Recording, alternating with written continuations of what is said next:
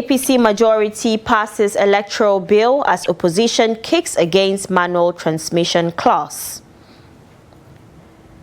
Food prices surge as fasting season sets in. 6 die in Lagos auto crash. Away from Nigeria, Kenya airport workers call off strike after 2 days of disruption. Hello, good evening and welcome to News Hour on Trust TV. I am Dorcas Yakubuzala. The House of Representatives has passed the Electoral Act Amendment Bill to provide for both electronic voting and electronic transmission of election results following a tense and dramatic plenary session that saw protests and a walkout by some lawmakers. The emergency sitting was convened to rescind an earlier decision of the House, which provided only for electronic transmission of results, a development that has kept the bill in the spotlight and prompted urgent sessions by both chambers of the National Assembly. The report. At the resumption of the plenary, the Speaker of the House, Abbas Tajuddin, commended lawmakers for reconvening despite ongoing 2026 budget defense engagements. This sitting will only have one agenda, and that agenda is the recommittal, rescission and recommittal of the Electoral Act that we passed earlier, so that we can reconsider some of the clauses that we passed earlier and see if there is wisdom for us to change or amend those clauses. However, proceedings soon turned chaotic after a motion for rescission was moved and seconded. Some members protested loudly, forcing the Speaker to call for a closed-door executive session to restore order.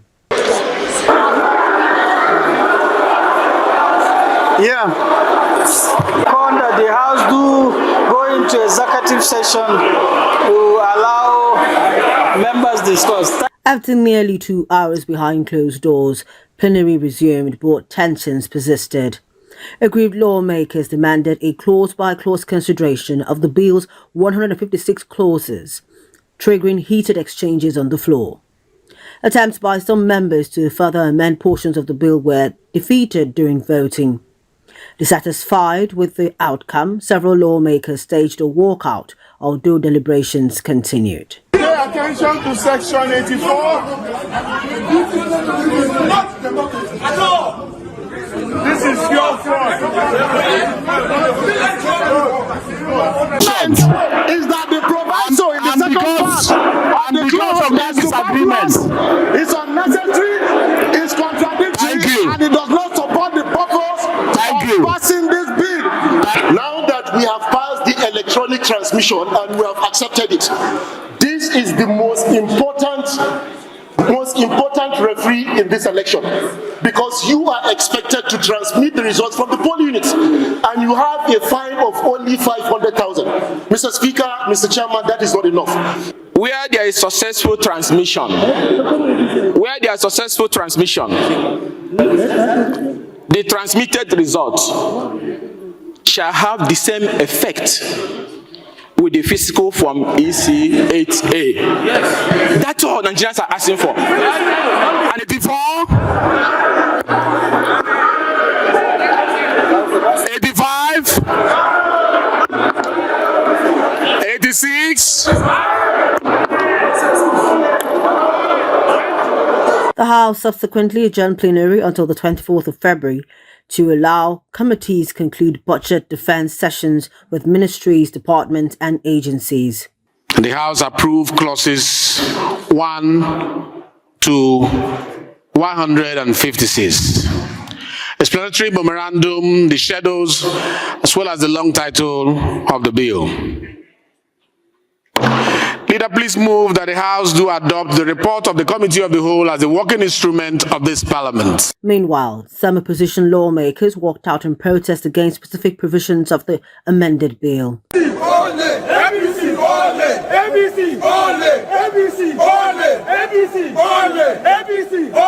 Their action followed unsuccessful efforts to retain only real-time electronic transmission of results as contained in Clause 60, subsection 3. Addressing journalists after the walkout, the lawmakers also faulted Clause 84 which removes the indirect mode of primary elections, leaving only direct primaries and consensus options for political parties. We are against any clause that will give room for any manipulation or rigging or leeway for any untoward act. And so we have asked that that clause should remain solely for electronic transmission without any provision. However, the House spokesman, Akin Rotimi, maintained that the amendments were passed in the overall interest of the country. The quest for free, fair and credible elections is not a partisan request. It's not a partisan imperative. It is something that all, Nigerians of good faith, all Nigerians that want the best for our democracy, want free, fair and credible elections. The Electoral Act Amendment Bill now proceeds to the next legislative stage amid heightened political interest and public scrutiny. The Senate of Nigeria on Tuesday passed the Electoral Act 2022 Repeal and Reenactment Bill 2026. This follows intense deliberations and a contentious division over Clause 60 concerning electronic transmission of election results. The report. Proceedings began with a demand for division raised by Senator Enyinnaya Abaribe, Senate President Godswill Akpabio. He wants to move a motion for division. If he's not moving a motion for division, then go into Mr. the order President, and I'll rule. Order 72. 1. Any senator may challenge the opinion of the President by claiming a division. The Deputy Senate President Barau Jibrin also weighed in, emphasizing that revisiting previously ruled provisions would be out of order. The Senate leader Okoyemi Bamidele, however, clarified that his motion for recession validated Abaribe's call for review. I, on our behalf, sponsored this motion for rescission. The essence of a motion for rescission is that whatever was passed in the past remain in the past. And we are reopening the whole issue. So we cannot, on the one hand, say we are trying to do certain things and change certain things, and on the other hand, saying Senator Abaribe cannot bring an issue that he brought before. During the division, 55 senators voted in support of maintaining the clause with its current provision, while 15 opposition senators opposed it. Following the vote, the Senate formally moved to rescind the earlier passage and referred the bill to the Committee of the Whole for detailed reconsideration and reenactment. I want to also thank the Senate for introducing electronic transmission of polling unit results through the portal to the IREF, which will now make it possible for even monitors, including foreigners, who monitor our results, who are not able to visit the 176,000 plus polling units in Nigeria, to see the polling unit results dropping into the IREF.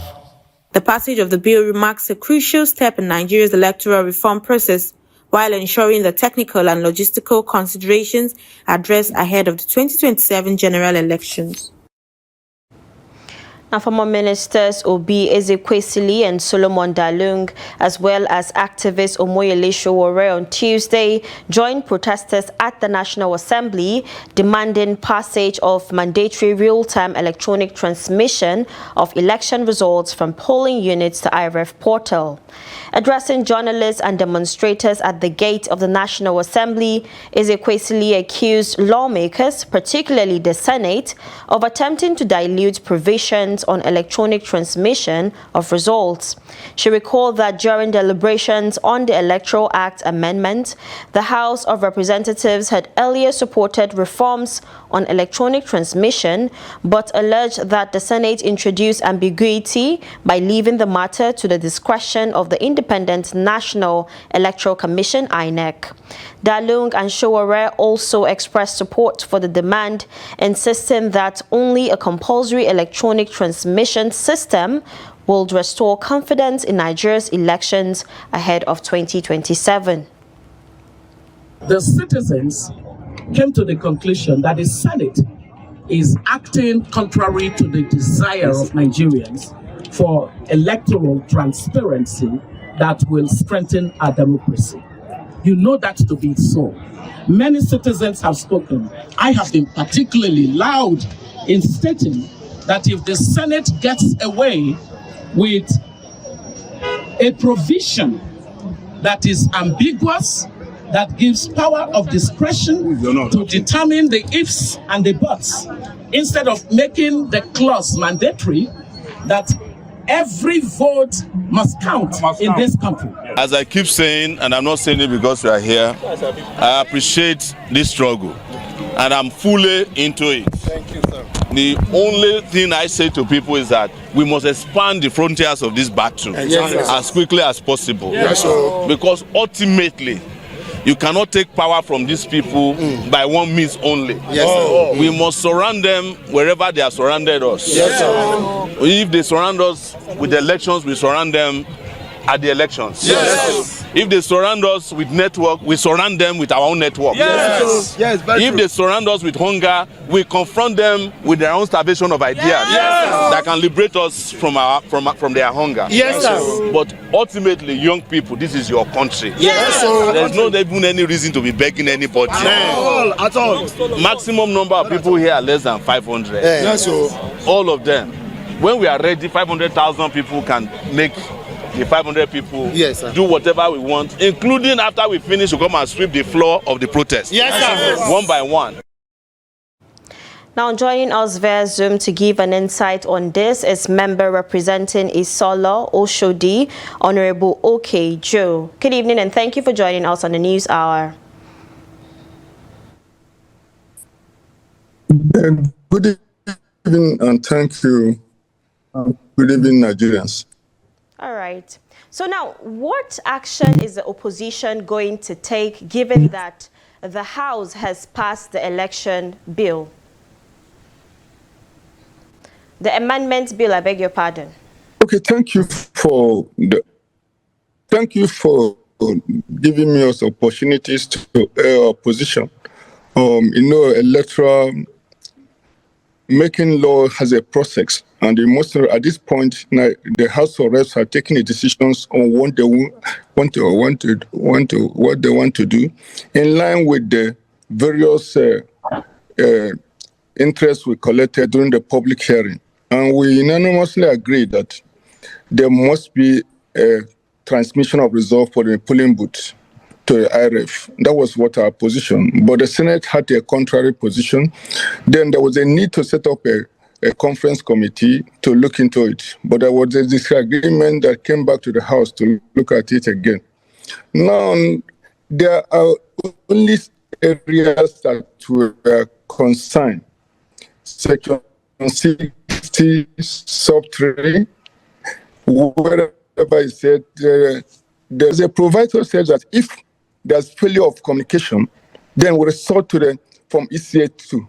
But we are saying you should be left as there shall be electronic transfer of voting of the polling booth after it has been signed by the respective parties.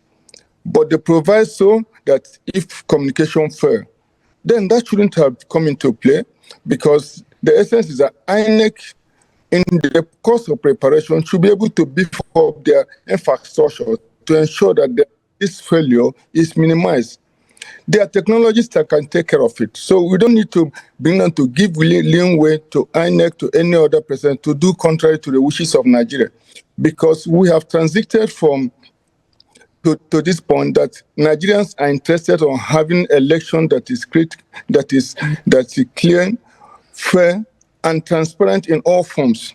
So that's why the opposition are saying, no, let there be a compulsory or mandatory transmission. Then you don't leave room for verbosity, where somebody will use his discretion to contravene the wishes of Nigerians.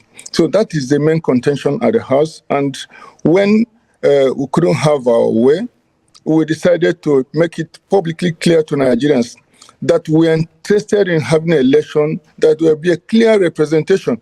When you win, you know that you are won. So we wouldn't have any room for manipulation that I was witnessed in 2023 election. So that is the whole essence why we said no.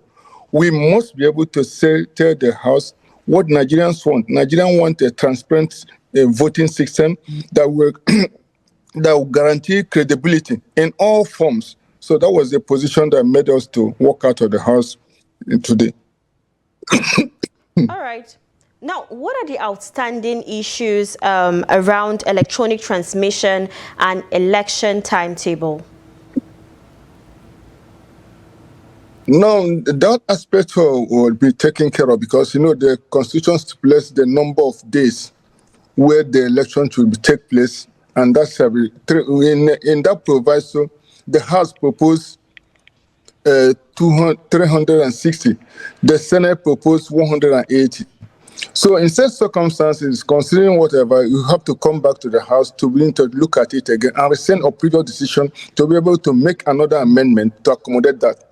That is not the issue. Our main concern is just an electronic transmission of results. That is the main concern of Nigeria, and that's where our interest lies. So that is the main point of disagreement in the House. But it's a parliamentary proceeding. There must be disagreement, and we have made our position known to Nigerians. It is left for Nigerians to decide what they want in respect of that. Thank you very much, Honorable OK Joe, member representing Isolo Oshodi, for joining us tonight and for sharing your insights. Thank you. Let Nigeria keep watch over the entire exercise. We shall win. We shall have a transparent election in 2027. All right. Now, also joining us via Zoom to discuss this further is the head of communications at Connected Development, Stephen Akinfala. Good evening, and thank you for joining us on the News Hour. Thank you. Good evening, Nigeria. Thank you for having me. All right. What are your takeaways on the amendment bill that has been passed? So, thank you for that, and thanks to Honorable for actually doing a deep dive into what this all entails, right? And the main concern, as well stated, is this electronic transmission issue, which is something that is critical, taking us back and bringing about loss of interest in the political process, electionary process at large. Before now, we've been trying to see how we encourage people to take part in elections, right? Especially young people. Most young people has already lost interest even in partaking in electoral processes because they don't really believe in it. And this is a chance for the ruling party to make this inclusion easy for the young people, but the opportunity has been blown, and they are not giving people reason why they should trust the system, why they should get involved in the system, right? But at this point, my take will be that we should not give in. That is the strategy, that's the plan. They want people to hey, some people already feel like their vote doesn't count in the first place and all of that. But now they want to make it more difficult for people to see reason why they should be part of these electoral processes. And now we are saying that we are not going to back down. We will continue as an organization. We will continue to encourage people to be part of elections, right? Even beyond the election, they should be part of governance. And one thing is clear here. The people, there are representatives sitting in the Senate and House of Representatives. They are our people. They emerged. They came from a community, So if we decide to back out, we'll continue to have people representing themselves and not representing the interest of of the people they are supposed to represent, because it's clear here now that the outcome of this whole bill and the harmonization is more of a selfish interest, because if they really want to represent the people that they are supposed to represent, then we should not be saying what we are saying. We should not be saying what we are saying. But what am I saying now is that we should not give up on this. Yes, the bill has been, this has been passed, and there's little to what we can do right now. But we're encouraging people not to give in. We have to still follow through in this process. We should not give up on elections. We should still follow through, because we can still make a choice come 2027, deciding on who we're going to vote for. And now, for us to be more deliberate, more involved this time around, we have to sit through our ballots when we cast our votes. We have to stay true and to be sure, at least as much as possible, humanly possible, citizen possible, how we can follow through and be sure that the rigging process, it's not as easy for them as they think they've planned to do so. Okay. Now, is the amendment bill good enough to guarantee a free and fair election in 2027? If not for this, truth be told, we've made significant progress from time past. But now with this, because, for example, what we saw in 2023 elections, right? This is one of the loopholes we have in rigging elections. After people cast their votes, people will go out of their way, coming to the polling unit as early as possible in the morning and doing all they have to do. People register to vote in the first place. Some people even have to travel, ahead of time so they can be in their polling unit, right? But with this amendment, every other thing will have been good. Yes, we use beavers, accreditations, and all of that. But this gap needs to be filled for us to be able to curb corruption, to encourage transparency and accountability when it comes to the electoral processes. So the amendment will have been superb if this clause is not here right now. So, but with this is a great gap that still needs to be filled, right? But as I'm saying now is that we won't say that because this has not been passed, we're going to give up and say they should do whatever they want to do. No, we're not going to do that. We're still going to follow through and encourage as many people to be actively involved. Yes, we appreciate people in Abuja. There've been a lot of protests. There've been a lot of joint press releases, joint petitions. People are coming together, interest group, to see how they can advocate for an amendment that is really going to be Fala, thank you so much. We're totally out of time. Thank you very much for joining us tonight and for sharing your insights. Thank you.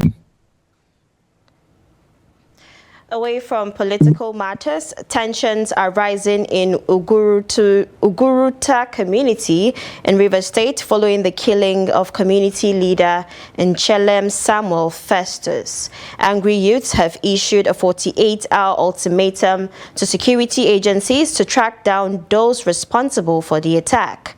Residents say the incident has heightened fears over what they describe as a growing wave of kidnappings and violent crimes in the area. There are also calls for Fulani residents to vacate the community, as well as demands for the immediate shutdown of local scrap dump sites, which some locals allege are being used as hideouts for criminals. Community members insist urgent intervention is needed to prevent further breakdown of law and order. Stopping of Aboki bike riders operating within Uguruta. 2. Closure of every scrap dump site in Uguruta that is operated by these same individuals. 3. Prompt arrests and prosecution of all Aboki bike riders involved in the murder of Nchelem Samuel Festus and any other crimes committed against our people. Number 4. All cattle riders, both Fulani herdsmen, must vacate our land, and all herdsmen must stay away from our bushes with immediate effect. We are committed to upholding the rule of law and will not resort to self-help. Now, as Muslims across Nigeria prepare for the holy month of Ramadan and Christians begin the 40-day Lenten fasting period, concerns are mounting over a possible rise in food prices in markets nationwide. With fasting expected to commence in a day, many households are rushing to stock up on essential commodities amid fears of further price increases. Our correspondent who visited the popular Utako market in Abuja gathered reactions from traders and buyers on the cost of foodstuffs. Take a look. Ramadan, the 9th month of the Islamic lunar calendar, is a holy period during which Muslims fast from dawn to sunset. It is expected to begin around February 18th, 2026 and end in late March. Similarly, Lent begins with Ash Wednesday on February 18th, 2026, marking a 40-day Christian season of fasting, praying, repentance, and charity, leading to Easter on April 5th, 2026. As both fasting periods approach, market surveys indicate growing pressure on food prices, with traders anticipating increases in staples such as rice, beans, cooking oil, fruits, and vegetables, due to heightened demand. To assess the situation, Trust TV visited the popular Utako market ahead of the fasting season to obtain first-hand information from traders on current commodity prices. August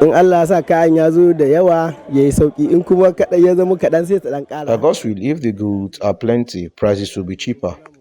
If the supply is small, the prices will increase. And that is how it works. Not only during Ramadan, we do mainly in carrots and vegetables. And this is the usual trend. For example, this one container is 500 naira. Before, when goods are scarce, we sold it for 1,000 naira. Now that the goods are more available, we sell it for 500 naira. If there is plenty in the market, sellers reduce the price, but if supply is low, they add money. It is not only during Ramadan, even before Ramadan, prices sometimes go high. This is just how the market operates. As you can see, every item has its own price. Tomatoes are sold at 3,000 naira, pepper at 3,000 naira, and onions at 5,000 naira. Before now, tomatoes were sold for 7,000 naira and 5,000 naira, but the prices has reduced. So compared to previous weeks, prices have come down. The price of dates and tiger nut have increased. Before Ramadan, we bought a kilo of dates for 1,500 naira, but now it has increased between 1,600 naira and 1,650. So there's a slight increase. Tiger nuts used to cost 5,000 naira for 100 kg sack before Ramadan, but now it is 90,000 naira. As you can see, the prices has increased. Some prices have increased, while some have reduced. Not everything has gone up. Not everything has come down. For eggs, the price has increased. Tomatoes have also increased. A basket of tomatoes that we sold for 2,500 naira before now is 3,500 naira or even 4,000 naira. Onions we sold for 3,000 before, but now they are for 4,000 naira or 4,500. Irish potatoes has also increased. We used to sell them for 5,000 naira, but now they are sold for 8,000 and 9,000 naira. However, the price of sweet potatoes has remained the same. It has not increased. As for whether prices will change when Ramadan begins, it is difficult to say for now. There is a possibility that prices may increase further. For eggs, we used to sell a crate for 5,200, but now it is 5,500 or 5,600. This price now, the watermelon I get now, it cannot be the same as the second mock where you finish, not be the same size. So if the watermelon is big and the mock where you enter, the price is big because of not be the same size. Yeah. The problem sometimes person you bring it for inside the car, you go add money. Popular foods consumed during Ramadan and Lent include poultry products, fruits, grains, dates, cooking oils, as well as tubers such as yam and sweet potatoes. Customers share the views on the current prices of these commodities. The price is a bit fair compared to last year. At least it's a bit fair. At least we can buy things and use, and we see what we are buying. Unlike last year, where the price is high and the things we are buying is small. The price is very good. The price is very, very, very good. You can see tomato, you can see onions, you can see Irish potatoes. Tomato before it was 4,000, but today you can buy tomato 2,000 naira. It's a bit friendly. And Irish potato too.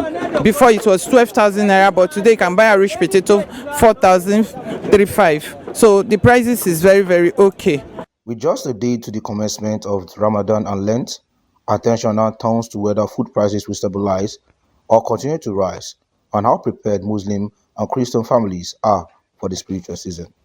Noel Samson, Trust TV News, Abuja.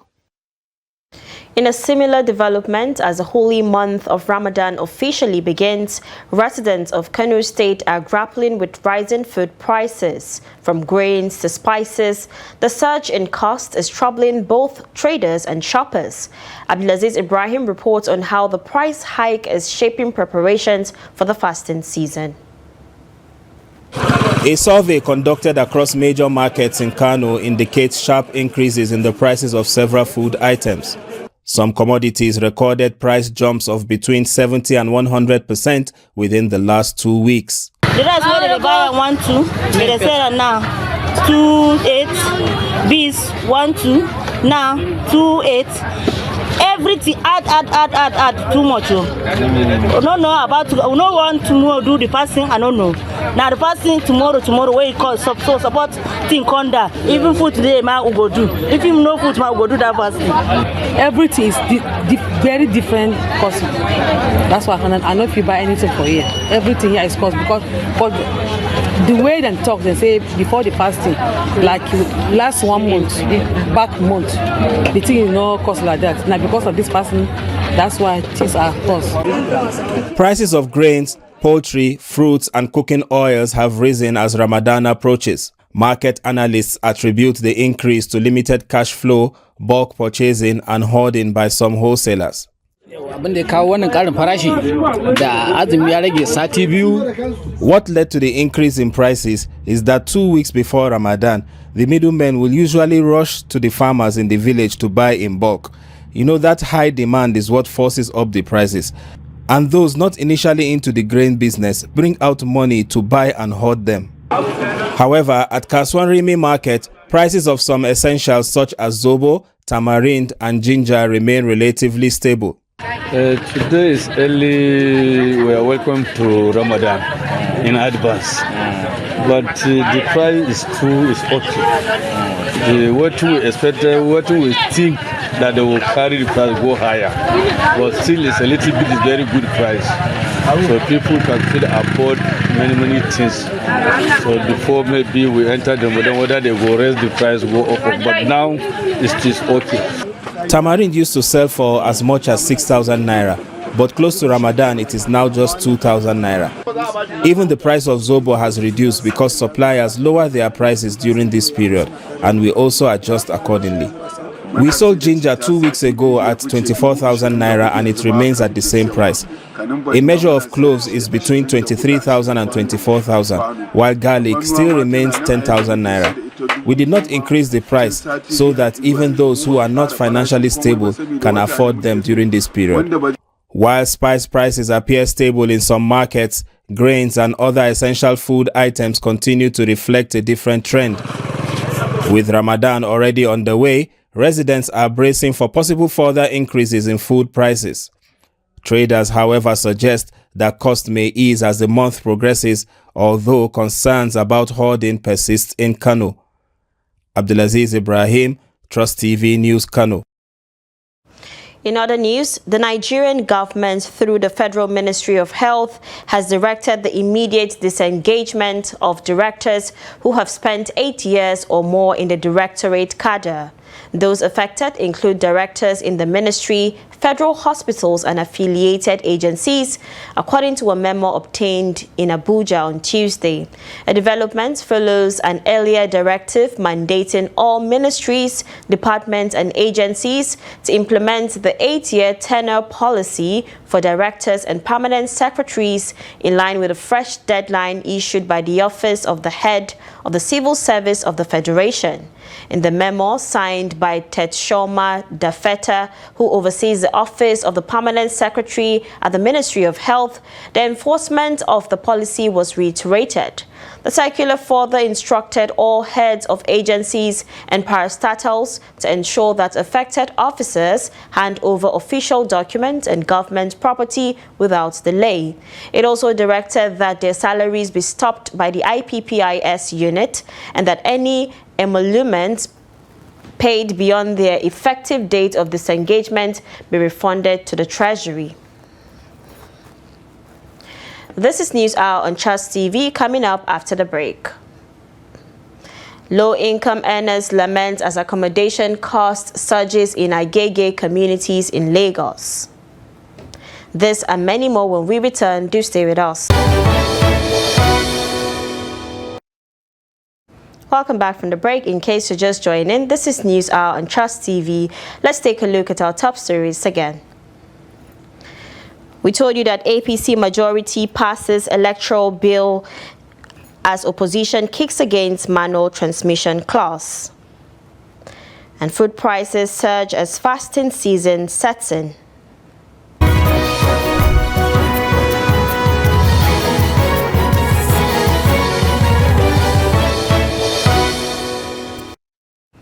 Now, reports reaching us says the Sultanate Council has announced the commencement of Ramadan 1447 AH following the sighting of the new moon. In a statement issued by the Advisory Committee on Religious Affairs in conjunction with the National Moon Sighting Committee, reports from across the country confirmed that the crescent was sighted on Tuesday, February 17, 2026. The statement signed by Professor Sambo Wali Junaidu said Muhammad Saad Abubakar, the Sultan of Sokoto and President General of the Nigerian Supreme Council for Islamic Affairs, has accepted the report and declared Wednesday, February 18, 2026 as the first day of Ramadan. The Sultan congratulated the Muslim Ummah and urged continued prayers for peace, progress and development in the country. A committee member also disclosed that the Sultan is currently abroad and that an official announcement will be made by Shehu of Borno, who serves as Deputy President General of the NSCIA. Now, a coalition of Nigerian civil society activists, academics, and legal experts have raised concerns over foreign military involvement in the country, saying it could threaten national sovereignty and constitutional governance. The statement, signed by prominent figures including Femi Falana and Jibrin Ibrahim of the Center for Democracy and Development, warned that the presence of foreign troops reduces sovereignty to a ceremonial concept. The group cited Nigeria's past resistance to foreign military arrangements, such as the 1962 abolition of the Anglo-Nigerian Defense Pact and the 2005 nullification of a bilateral immunity agreement with the United States. Their warning follows the arrival of about 100 U.S. military personnel, part of a planned 200-troop deployment, which the Nigerian military says will focus on training and intelligence support, not combat operations. The coalition stressed that any foreign troop deployed must comply with the Constitution, requiring treaty ratification by the National Assembly, and urged the government to modernize the armed forces, strengthen intelligence, improve troop welfare, invest in domestic defense production, and address the socio-economic drivers of insecurity.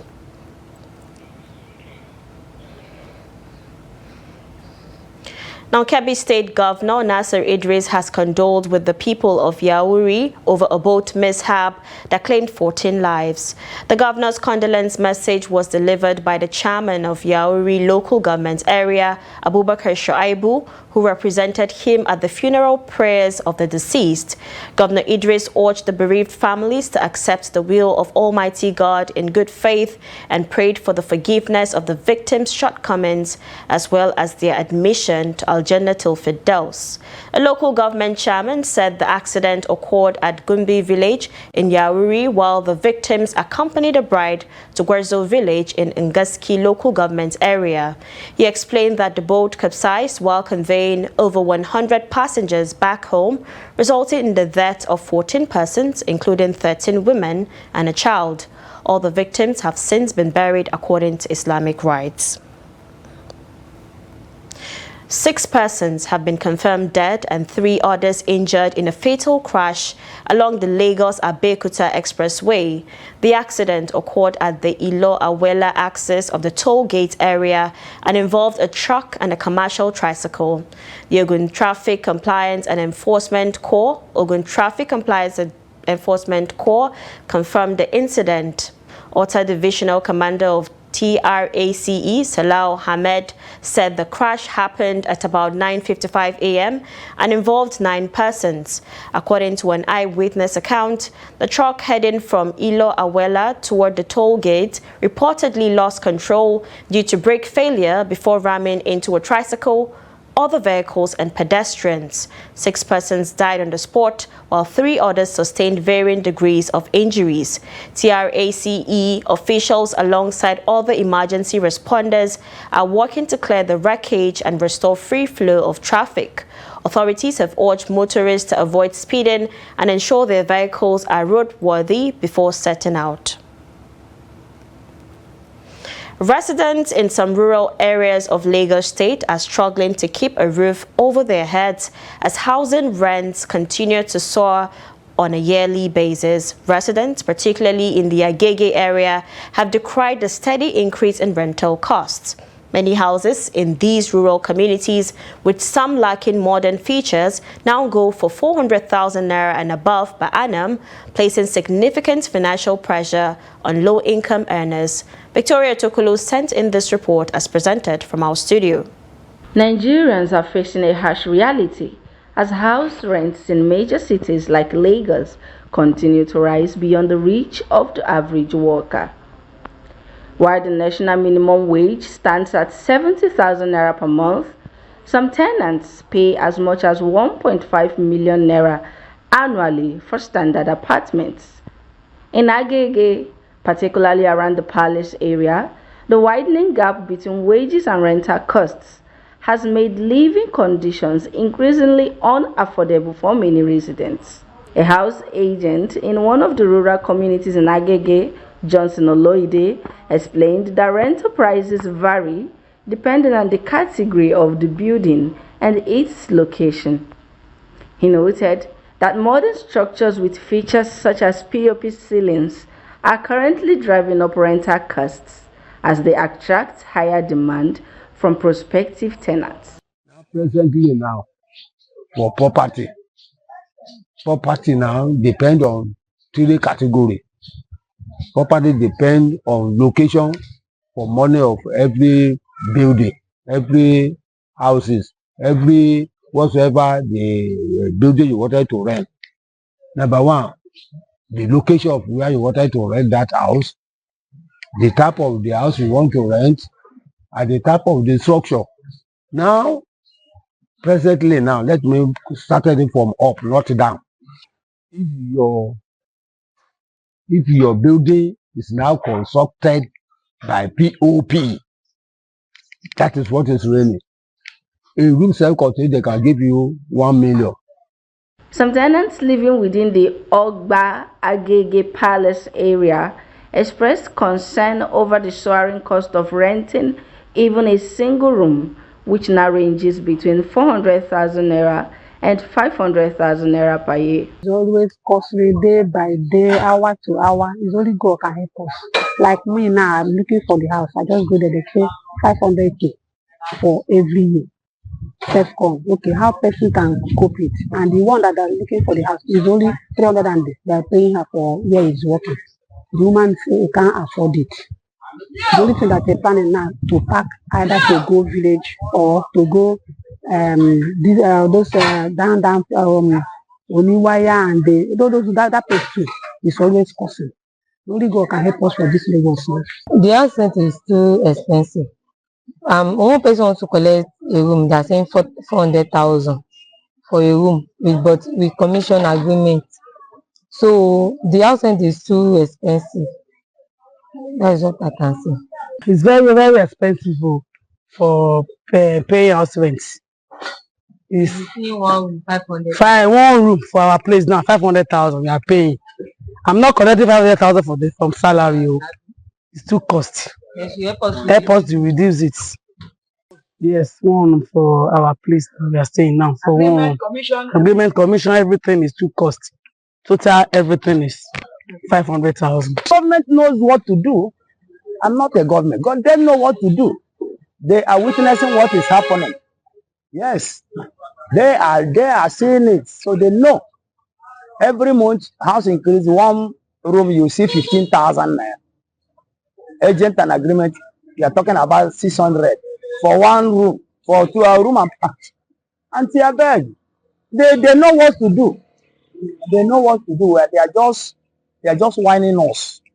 As Lagos remains one of the most expensive cities in the country for housing, the challenge of balancing profitability for landlords with affordability for tenants continues to intensify, making housing one of the country's most pressing social and economic issues. In other news, Borno State Governor Babagana Zulum has reaffirmed his administration's commitment to the long-term revitalization of agriculture and the provision of sustainable livelihood solutions for the people of Borno State. He made this known during the mega flag-off ceremony for the distribution of Ramadan palliatives to more than 300,000 residents across the 27 local government areas of the state. The governor said the food intervention is aimed at cushioning the effects of economic hardship as Muslim faithful observe the holy month of Ramadan. Today we are here for a purpose that is deeply humane, to extend a hand of empathy to our brothers and sisters, as we are here to officially flag off the distribution of 2026 Ramadan Kareem palliatives to 300,000 bottom poor population in the country.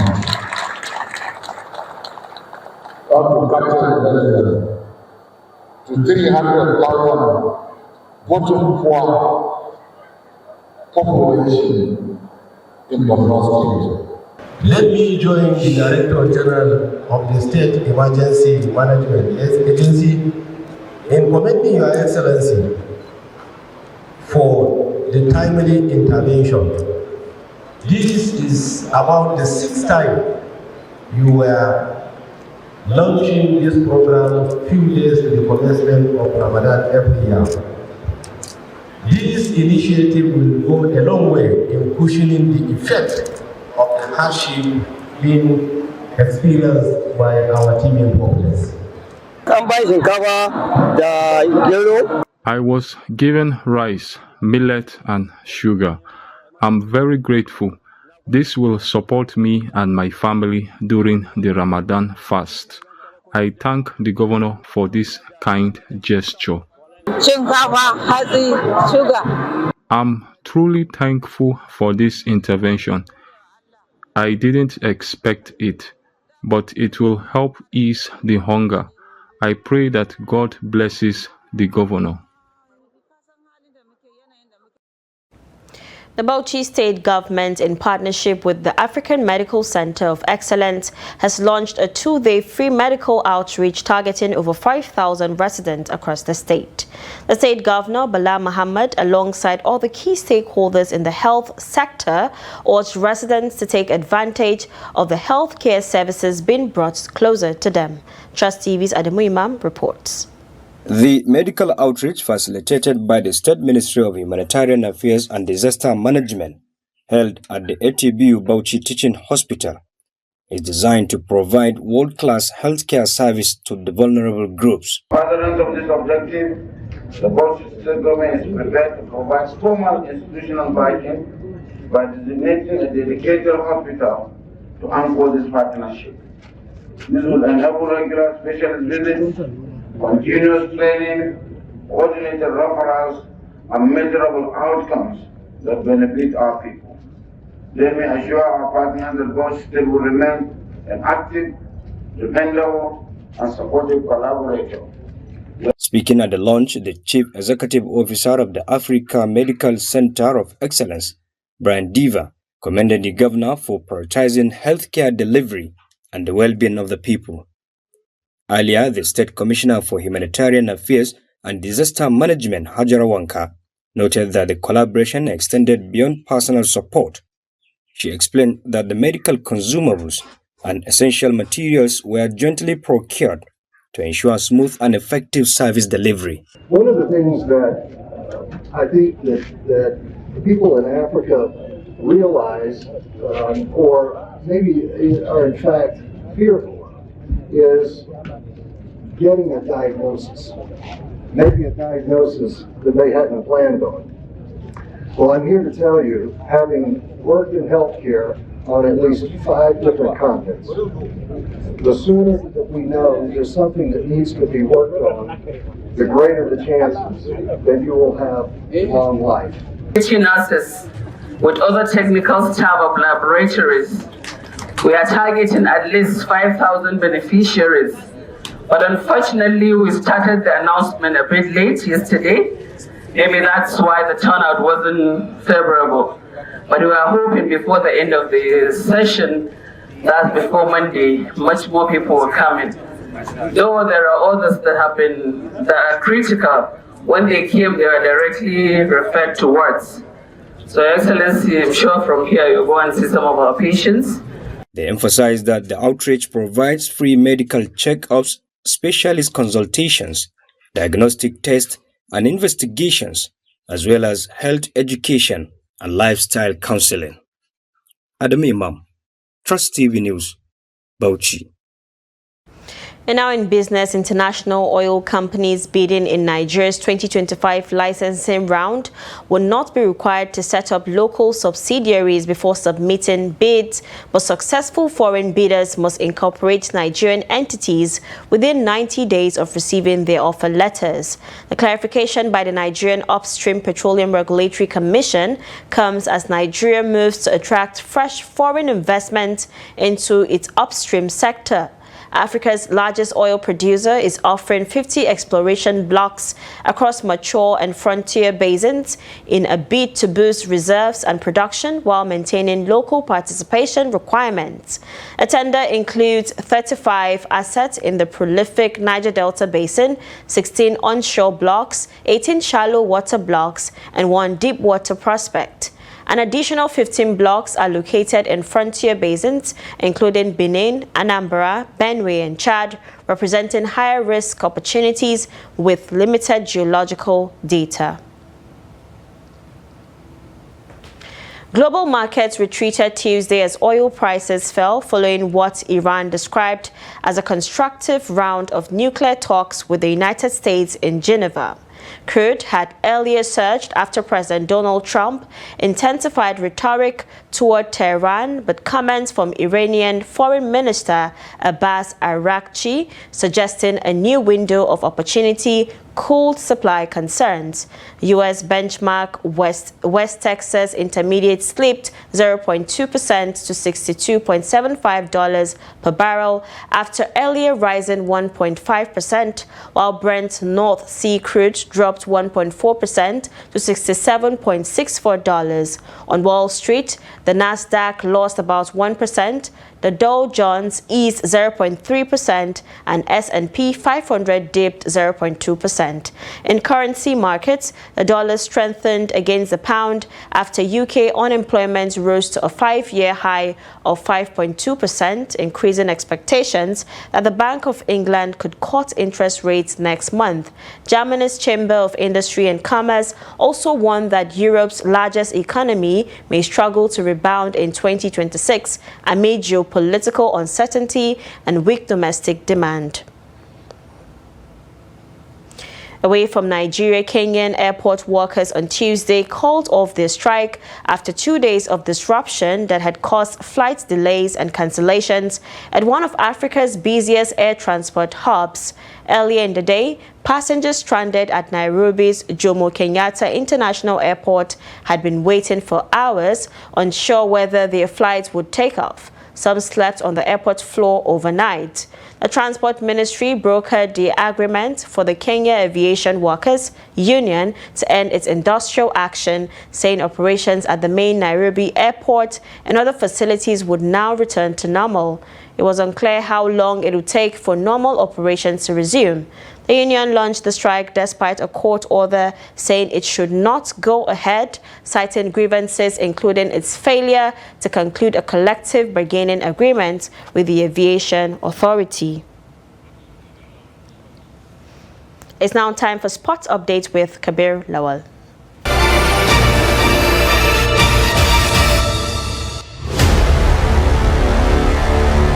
A total of 30 Nigerian referees have been decorated with FIFA badges, with the president of the Nigerian Football Federation (NFF), Ibrahim Musa Gusau, calling on them to uphold integrity in officiating duties, especially since most matches will now be broadcast live on television. According to Gusau, this has become imperative as Nigeria's league matches are now being televised. Gusau added that the game between Shooting Stars and Warri Wolves was broadcast live on approximately 11 television stations, adding that the Federation intends to increase this coverage to 30 stations by the end of the season, ensuring that officiating will be visible worldwide. He emphasized that there will be no concealment for misconduct and instructed the committee to withdraw badges from any referee who performed poorly during matches. The NFF president further warned referees that any complaints about their conduct in future matches must be submitted immediately after the game, along with their badges and uniform, adding that disciplinary action will be final. Gusau highlighted the importance of proper officiating for the league's economic prospect, with consistently poor performances most likely to deter sponsors. NFF Secretary General Mohammed Sanusi expressed confidence in the referee's capability to improve, citing his extensive experience as a CAF and FIFA match commissioner. Among the 30 referees who received badges, 4 are futsal referees, 4 beach soccer referees, 11 assistant referees, while 11 are referees. That's Sport News. I am Kabir Lawal.